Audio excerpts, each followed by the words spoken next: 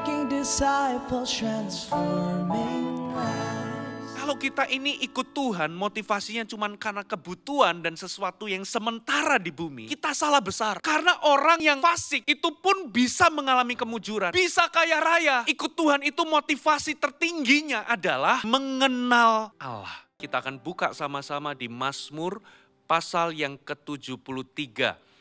Saudara, di Mazmur ini dituliskan oleh Asaf, saudara, berupa curhatan atau berupa curahan hati atau keluhan dari seorang pemazmur.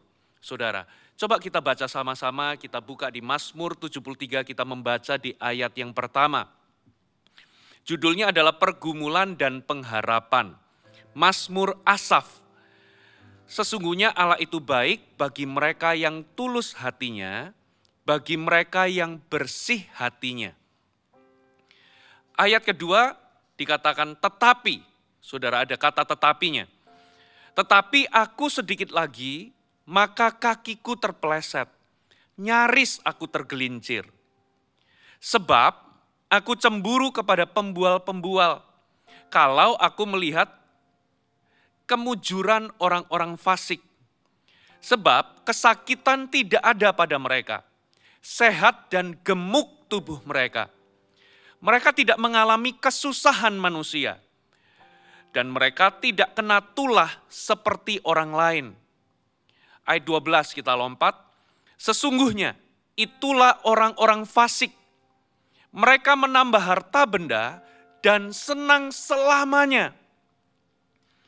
Ayat 13. Sia-sia sama sekali aku mempertahankan hati yang bersih dan membasuh tanganku tanda tak bersalah. Sampai di sini saudara. Saudara, pemazmur ini mencurahkan keluh kesahnya di hadapan Tuhan. Dia ngomong bahwa Tuhan itu baik bagi orang yang tulus hatinya. Tapi aku sedikit lagi, aku ini terpleset, tergelincir. Kenapa dia berkata aku sebentar lagi terpleset, tergelincir? Dengan kata lain sebentar lagi, sedikit lagi aku ini akan kehilangan imanku. Imanku goyah. Kenapa dia katakan goyah imannya? Sebagai simbol dari kata-kata tergelincir, terpleset, tersandung. Kenapa dia mengatakan bahwa aku ini goyah imannya? Tuhan itu memang tulus hati, tapi aku sebentar lagi, sedikit lagi, aku ini goyah imannya. Sebab ternyata pemazmur mengatakan, sebab aku ini cemburu dan iri melihat orang-orang fasik. Kenapa saudara? Karena mereka itu mujur hidupnya. Bahkan dia mengatakan bahwa mereka itu seperti nggak pernah mengalami kesusahan manusia. Mereka nggak mengalami tulah. Mereka dikatakan gemuk dan sehat tubuh mereka. Dan mereka dikatakan menambah harta. Dan mereka senang selamanya. Sampai-sampai pemazmur mengatakan di titik, percuma kalau begitu aku ini mempertahankan hidup suci. Hati yang bersih. Sia-sia aku ini mempertahankan hidup yang tulus dan benar di hadapan Tuhan. Saudara, pernah nggak Anda sampai di titik ini, saudara? Pernah nggak Anda itu, saudara, sungguh-sungguh dengan Tuhan? Anda mencari Tuhan dengan sungguh-sungguh, tapi sepertinya kehidupan ini kok tambah susah, tambah sulit. Anda itu sungguh-sungguh melayani Tuhan, Anda sudah nggak hitung-hitungan melayani Tuhan, tapi apa yang terjadi, saudara, mungkin saudara mengalami sesuatu yang buruk. Anda mengalami yang namanya kesusahan, Anda mengalami yang namanya kesulitan. Dan sementara Anda mengalami hal-hal demikian, saudara, Anda melihat kepada orang-orang fasik. Mereka-mereka yang nggak kenal Tuhan, mereka-mereka yang hidupnya jahat, mereka-mereka yang hidup di dalam dosa. Kenapa mereka yang nggak cari Tuhan, mereka yang nggak takut akan Allah, mereka yang nggak sungguh-sungguh dengan Tuhan, mereka yang hidupnya asal-asalan sembrono bahkan hidup di dalam dosa, kenapa mereka itu hidupnya mujur? Bahkan dikatakan mereka itu tambah kaya dan mereka itu senang selamanya. Bahkan kesakitan atau kesusahan manusia itu nggak menimpa mereka. Mereka gemuk dan sehat. Sementara Anda yang sungguh-sungguh dengan Tuhan, kok hidupnya kok menderita. Anda yang betul-betul mempertahankan hidup kudus, hidup suci. Anda berhati-hati dengan hidup Anda, tapi nyatanya kenapa Anda mengalami banyak kesulitan, banyak kesusahan, banyak penderitaan. Bahkan di masa pandemi ini saudara, mungkin Anda bertanya-tanya, saudara, aku ini orang benar, aku ini anak Tuhan, tapi kenapa masa pandemi ini sepertinya kok Tuhan tidak menolong? Kenapa usahaku terdampak, bisnisku terdampak, keuanganku terdampak? Saudara, bahkan mungkin tidak sedikit daripada Anda di masa pandemi ini justru Anda kena COVID. Anda tertular penyakit. Sementara Anda melihat tetangga Anda, mereka itu nggak benar hidupnya, mereka itu jahat, mereka itu orang yang nggak kenal Tuhan, bahkan cenderung saudara mereka ini menentang Tuhan dalam hidup mereka. Mereka hidupnya curang, mereka nggak hidup jujur saudara, mungkin mereka itu korupsi atau mereka itu punya usaha yang kotor, ilegal. Tapi mereka sepertinya kok bahagia, senang selamanya, tambah kaya dan bahkan mereka sehat-sehat, gak ketularan COVID. Anda merasa iri dan cemburu, ini gak adil Tuhan. Lalu Anda sampai di titik sudah sia-sia semuanya. Percuma aku ikut Tuhan, percuma aku ini mempertahankan hidup suci. Percuma aku hidup bersih, percuma aku ini hidup tulus. Anda sampai di titik itu saudara. Sama seperti pemazmur. Pemazmur Asaf ini saudara. Sampai di titik mengatakan sia-sia kalau begitu. Apakah sia-sia semuanya ini? Aku hidup suci, hidup benar. Tapi coba kita lihat ayat selanjutnya. Saudara. Kita tadi baca di ayat yang ke-13. Coba kita baca sekali lagi ayat 13 ya. Sia-sia sama sekali aku mempertahankan hati yang bersih dan membasuh tanganku, tanda tak bersalah. Namun sepanjang hari aku kena tulah dan kena hukum setiap pagi. Seandainya aku mau berkata-kata seperti itu, maka sesungguhnya aku telah berkhianat kepada angkatan anak-anakmu. Tetapi ketika aku bermaksud untuk mengetahuinya, hal itu menjadi kesulitan di mataku. Sampai aku masuk ke dalam tempat kudus Allah dan memperhatikan kesudahan mereka. Jadi pemazmur Asaf ini ngomong begini. Sia-siakah aku ini mempertahankan hidup suci, hidup kudus? Sepertinya kok ini semua sia-sia. Aku ini sepertinya kena kesusahan setiap hari. Sepertinya aku ini kena masalah setiap hari. Sementara mereka yang hidup di luar Tuhan, pembenci Tuhan, atau enggak takut akan Allah. Sepertinya mereka itu hidup senang selamanya, tambah kaya, sehat-sehat, mujur hidupnya. Lalu dia berkata seperti ini. Tetapi ketika aku bermaksud untuk mengetahuinya, ketika aku coba untuk mengerti semuanya ini, hal itu menjadi kesulitan di mataku. Aku enggak habis pikir. Ketika aku coba pahami, logikaku gak bisa memahaminya. Itu jadi kesulitan di mataku. Ketika aku mencoba mencari tahu penyebabnya kenapa demikian, itu jadi kesulitan di mataku. Tapi di ayat yang berikutnya dikatakan sampai, ayat 17 dikatakan sampai aku masuk ke dalam tempat kudus Allah. Sampai aku masuk dalam hadirat Allah. Dan memperhatikan kesudahan mereka. Lalu saya lompat ya. Saya lompat di ayat yang ke-21. Di ayat yang kita baca deh ayat per ayat. Ayat 17, sampai aku masuk ke tempat kudus Allah dan memperhatikan kesudahan mereka. Betapa sesungguhnya di tempat-tempat licin kau taruh mereka. Kau jatuhkan mereka sehingga hancur. Betapa binasa mereka dalam sekejap mata. Perhatikan kata sekejap mata. Lenyap habis oleh kedahsyatan. Seperti mimpi. Perhatikan kata seperti mimpi. Pada waktu terbangun ya Tuhan. Pada waktu terjaga. Rupa mereka kau pandang hina. Ketika hatiku merasa pahit. Dan buah pinggangku menusuk-nusuk rasanya. Aku dungu dan tidak mengerti. Seperti hewan aku di dekatmu. Tetapi aku tetap di dekatmu, engkau memegang tanganku. Saudara, Pemazmur kesulitan memahami semuanya ini. Kenapa orang fasik hidupnya sepertinya mujur, sehat-sehat, tambah kaya, nggak kena kesusahan, nggak kena kesulitan. Tapi mengapa ketika aku hidupku sungguh-sungguh dengan Tuhan, tapi mengapa kesulitan, kesusahan itu justru menimpa? Anda coba mengerti, Anda semakin bingung, itu menjadi kesulitan di matamu. Pemazmur berkata, sampai aku masuk ke dalam tempat kudus Allah dan memperhatikan kesudahan mereka. Ternyata ketika pemazmur itu masuk dalam hadirat Allah, ia tidak lagi melihat dengan sudut pandangnya. Ketika dia masuk dalam hadirat Allah, ia mulai melihat dengan sudut pandangnya Tuhan. Saudara, banyak kali kita ini menjadi kecewa dengan Tuhan. Kita ini menjadi marah dengan Tuhan. Karena apa saudara?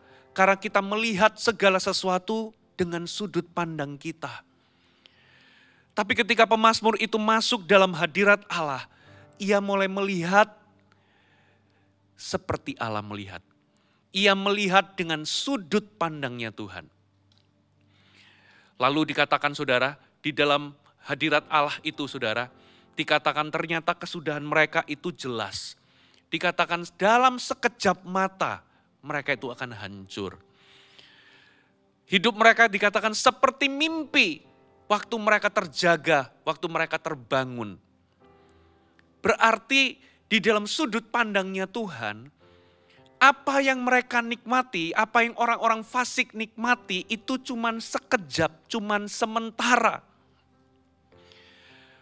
Sementara Tuhan punya sudut pandang itu, sudut pandangnya itu bukan hanya sesaat di muka bumi, tapi sudut pandangnya itu jauh sampai kekekalan. Makanya Alkitab katakan pikiran kita itu beda dengan pikiran Tuhan. Rencana Tuhan itu beda dengan rencana kita. Bedanya seperti bumi dan langit jauhnya. Makanya di dalam hidup ini, kita nggak boleh melihat dengan kacamata kita sendiri, dengan sudut pandang kita sendiri. Saudara, lalu dikatakan, tetapi aku ini dekatmu seperti hewan aku ini. Aku ini dungu. Pemazmur katakan, aku ini dungu dan tidak mengerti seperti hewan aku di dekatmu. Jadi ketika pemazmur ini menyadari, ketika dia masuk dalam hadirat Tuhan, dia menyadari sudut pandangnya sendiri. Dia ngomong, aku ini dungu dan tidak mengerti. Seperti hewan aku ini di dekatmu. Terjemahan yang lain dikatakan dalam pemandanganmu aku ini seperti binatang, seperti hewan. Yang dungu, yang tidak mengerti. Maksudnya apa saudara? Ternyata hewan itu punya jarak pandang itu cuman sejengkal di depan. Dia nggak bisa mengerti segala sesuatu yang ada di depan, yang jauh di depan. Saudara, sama seperti hari ini kita saudara. Ada orang-orang menyangka bahwa bumi ini datar. Kenapa bumi ini datar saudara? Karena dia melihat bumi ini semacam hamparan. Sementara kalau Anda lihat dari sudut pandangnya satelit, bumi ini bulat. Sudut pandang manusia itu cuman maksimal di dalam bumi ini cekung sebetulnya saudara. Bumi ini cekung, tidak datar, tidak mendatar. Bumi ini cekung. Nah manusia ini jarak pandangnya di dalam dataran yang cekung ini maksimal itu 5 km jarak pandangnya.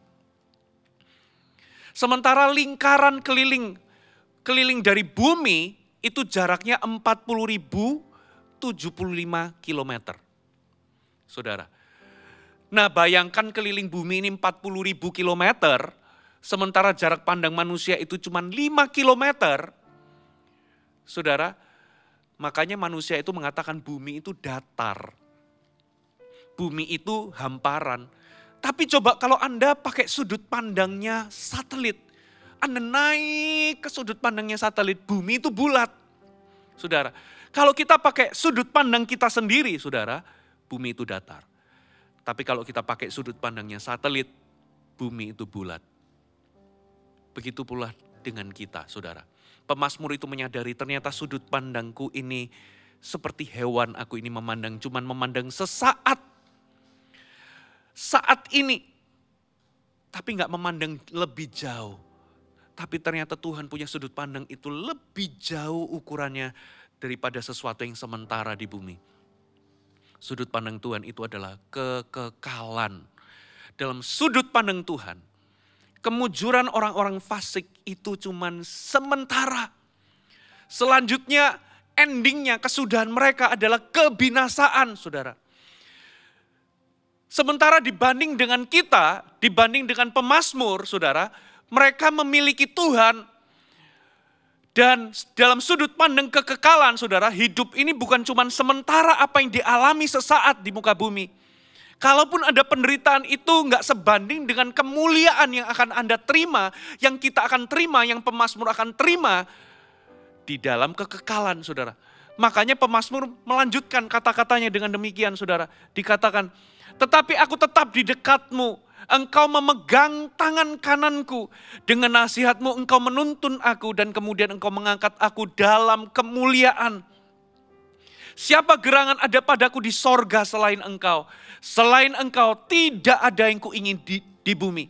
Sekalipun dagingku dan hatiku habis lenyap, gunung batuku dan bagianku tetaplah Allah selama-lamanya. Sebab sesungguhnya siapa yang jauh daripadamu akan binasa. Kau binasakan semua orang yang berzina dengan meninggalkan engkau. Tetapi aku suka dekat pada Allah. Aku menaruh tempat perlindunganku pada Tuhan Allah supaya aku dapat menceritakan segala pekerjaannya. Jadi apa maksudnya Mazmur 73 ini? Begini loh, saudara. Ketika pemazmur itu kecewa dengan hidupnya, kenapa aku alami kesusahan sementara orang-orang jahat, orang-orang yang gak kenal Tuhan, orang-orang yang menentang Tuhan, sepertinya hidupnya mujur, gak ada kesusahan dan senang selamanya. Dalam sudut pandang pemazmur itu senang selamanya, seperti gak pernah susah, bahagia sepertinya. Tapi ketika pemazmur masuk dalam hadirat Tuhan, dan ketika Tuhan menyingkapkan sudut pandangnya, pemazmur jadi sadar, pemazmur jadi melek matanya. Lalu dia menyadari, aku ini kok bodoh, aku ini kok dungu, tidak mengerti. Oh, di pemandanganmu aku ini seperti hewan yang cuma melihat apa yang di depan mata, tapi gak bisa melihat akhirnya. Ujungnya gak bisa lihat, seperti hewan aku. Disitulah dia mendapati bahwa apa yang dialami oleh orang fasik itu cuma sementara. Tapi ujungnya itu kebinasaan dan kehancuran. Sementara apa yang dialami oleh orang-orang benar, ketika kita benar-benar hidup suci, ternyata kita ini mendapatkan lebih daripada yang kita bisa harapkan. Kita ini akan mendapatkan kekekalan, bahkan kemuliaan di dalam kekekalan. Saudara, lalu disitulah, saudara, pemazmur ini mengalami perubahan. Ternyata apa yang dia alami, itu dialami bersama dengan Tuhan. Ternyata Tuhan itu mengundang, saudara, motivasi tertinggi di dalam kehidupan manusia. Undangan Tuhan yang tertinggi dalam kehidupan manusia, itu adalah mengenal Tuhan. Detik ketika pemazmur ini berkata, saudara, terjadi perubahan. Dia ngomong, aku suka dekat dengan Tuhan. Aku tetap dekat denganmu. Barang siapa yang menjauh daripadamu, mereka itu akan binasa. Tapi aku suka dekat denganmu. Satu hal yang kuingini di bumi. Siapa gerangan yang di sorga selain daripadamu, satu hal yang kuingini di bumi. Terjadi perubahan. Dia gak inginkan harta lagi. Dia gak inginkan kemujuran yang seperti orang fasik dapatkan. Tapi yang dia ingini adalah Engkau Tuhan. Terjadi perubahan, saudara. Engkaulah yang kuingini. Aku suka dekat dengan Allah. Terjadi perubahan. Jadi sebetulnya pemazmur itu sedang memberikan pesan kepada kita. Saudara, bahwa hidup kita ini harus bertumbuh semakin tinggi di dalam pengenalan. Makanya judulnya adalah higher. Kalau kita ini ikut Tuhan, motivasinya cuma karena kebutuhan dan sesuatu yang sementara di bumi, kita salah besar. Karena apa? Karena orang yang fasik itu pun bisa mengalami kemujuran. Kalau kita ikut Tuhan hanya untuk supaya kita ini terjamin hidup kita kita ini bisa kaya raya, salah besar pemazmur ngomong begitu. Karena apa? Karena orang fasik pun bisa kaya raya. Ikut Tuhan itu motivasinya nggak boleh sesuatu yang sementara. Ikut Tuhan itu motivasi tertingginya adalah mendekat untuk mengenal Tuhan. Mendekat untuk semakin mengenal Tuhan. Makanya Yohanes 17 itu mengatakan demikian. Hidup kekal itu adalah mengenal Dia, Allah yang benar. Dan mengenal Dia yang diutus, yaitu Yesus. Ternyata definisi hidup kekal itu adalah mengenal Allah. Bukan cuma sekedar kita ini hidup selama-lamanya di sorga. Tapi mengenal pemilik dari sorga. Jadi itu harusnya jadi motivasi kita. Mengenal Allah. Karena apa saudara? Ketika kita ini mengenal Tuhan, kita bisa mengenal sudut pandangnya Tuhan. Ketika kita mengenal Tuhan, kita bisa mengenal pikiran-pikiran Tuhan.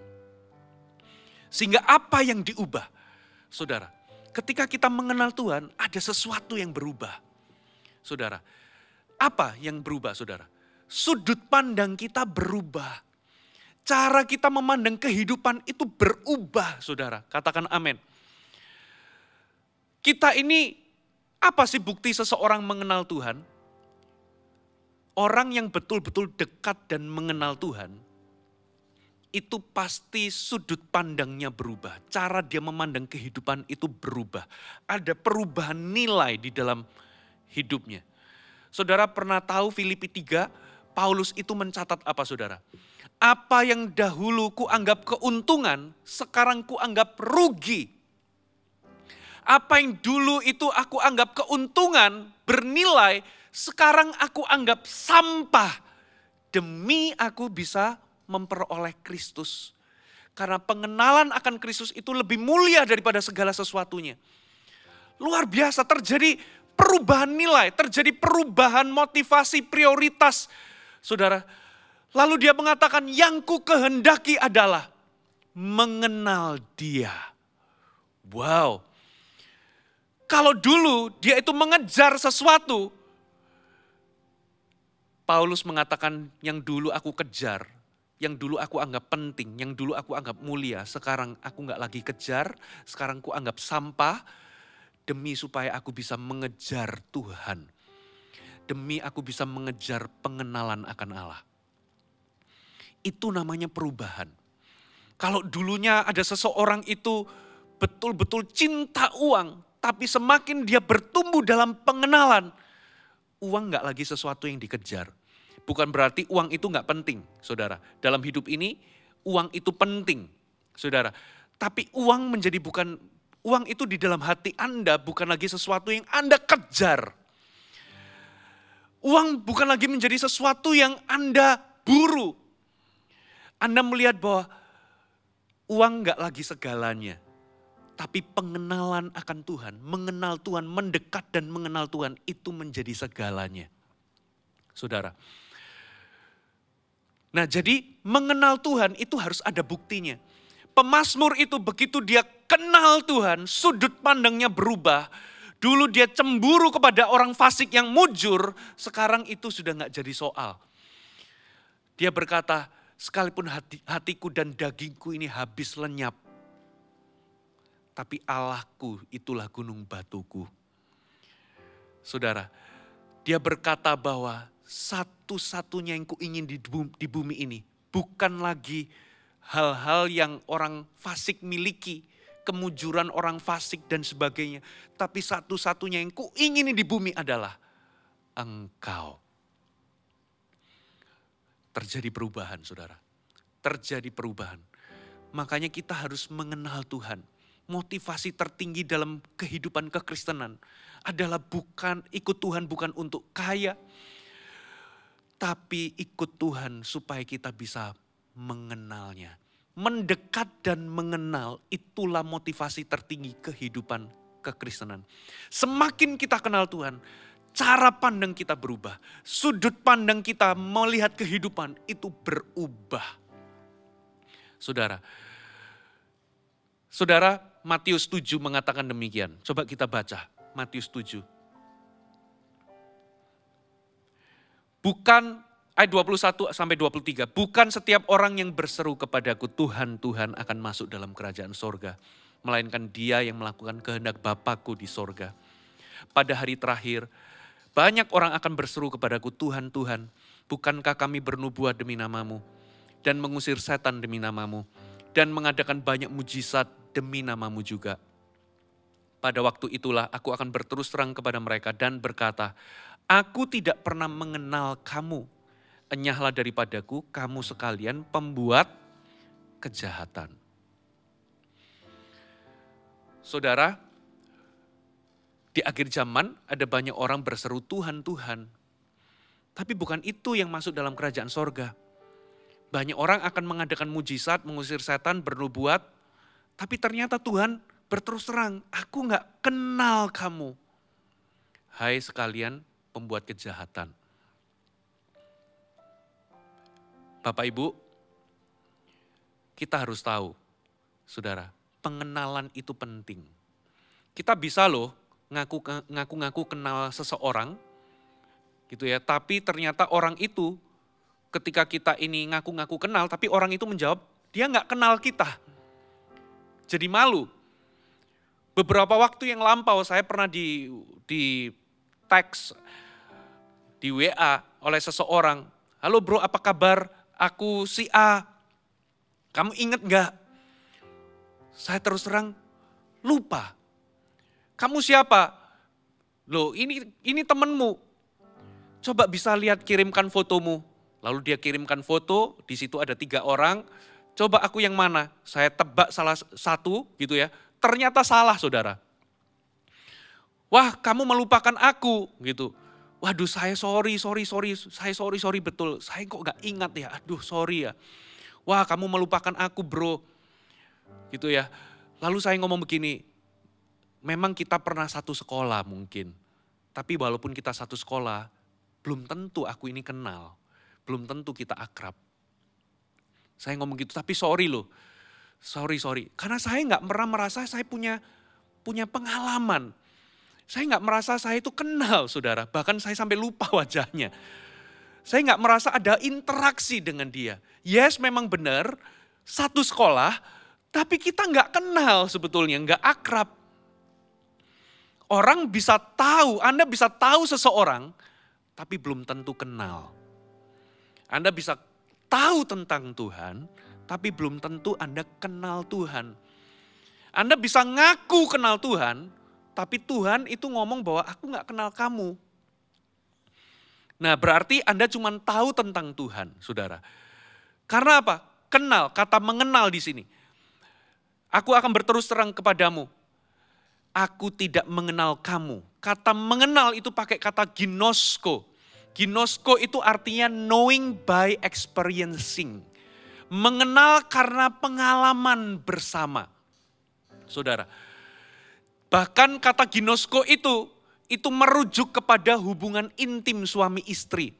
Kita nggak ngomong bahwa kita ini berhubungan intim secara suami istri dengan Tuhan, seperti hubungan seks begitu dengan Tuhan, tidak.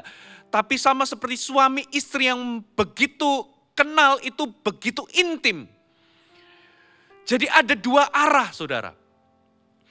Dengan kata lain, kalau Anda ngaku kenal Tuhan, tapi Tuhan gak mengenal Anda, itu namanya Anda cuma tahu tentang Tuhan. Nah kata mengenal di sini harus ada pengalaman, ada interaksi bersama. Sampai intim seperti suami istri.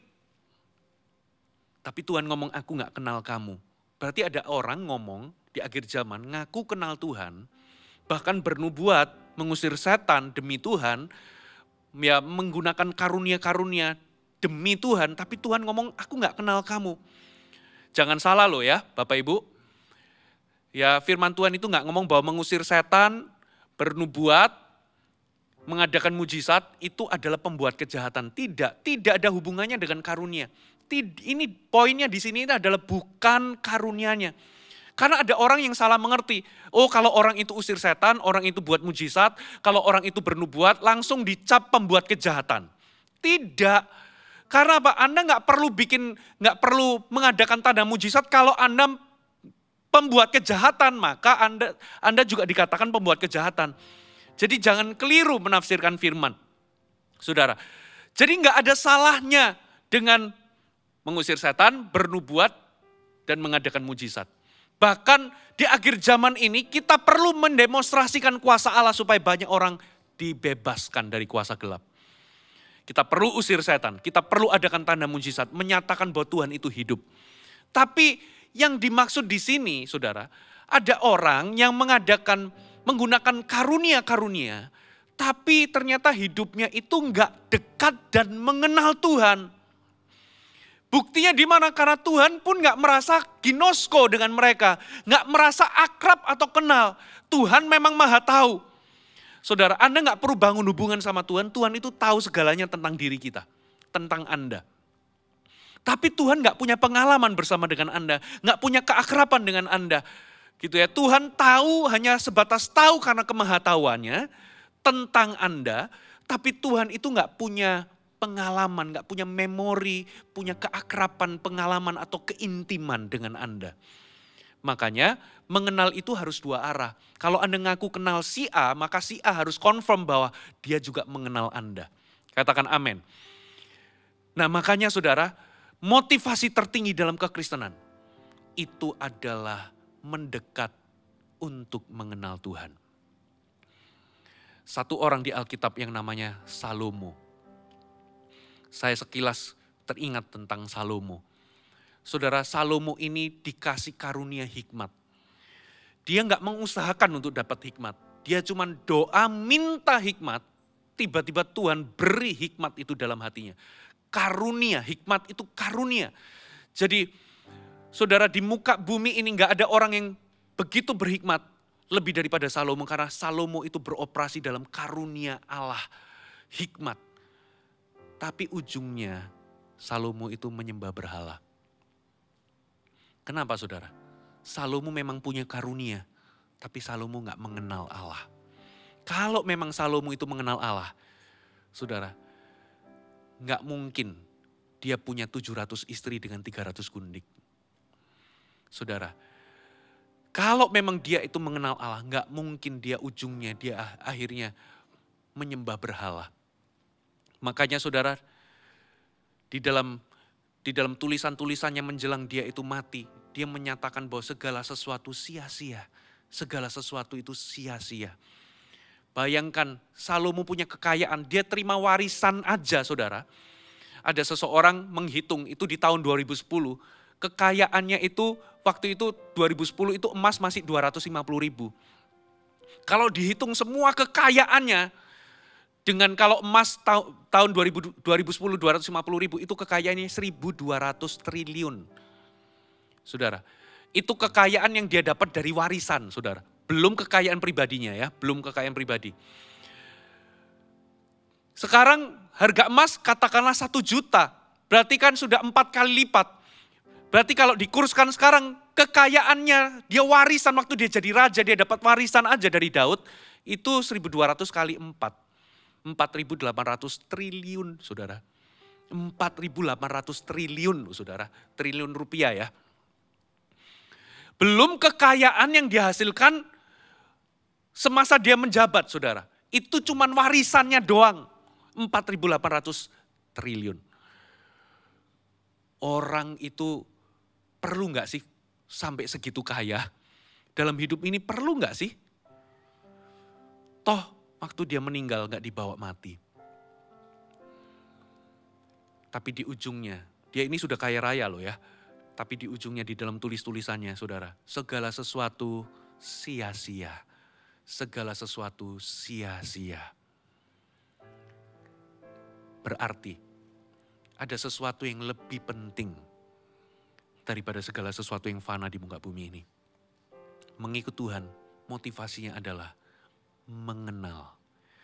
Kalau hari ini kita bisa ikut Tuhan, pastikan motivasi tertinggi kita adalah kita rindu untuk mendekat dan mengenal Dia. Kalaupun ada berkat di dalamnya, itu bonus. Karena Tuhan ketika kita berproses mengenal Tuhan, Tuhan itu bisa menyatakan dirinya sebagai penolong dalam kehidupan kita. Tuhan bisa menyatakan dirinya sebagai pembuat mujizat dalam kehidupan kita. Ketika dalam kesesakan kita bisa ditolong. Ketika kita butuh mujizat, Tuhan bisa menyatakan mujizatnya.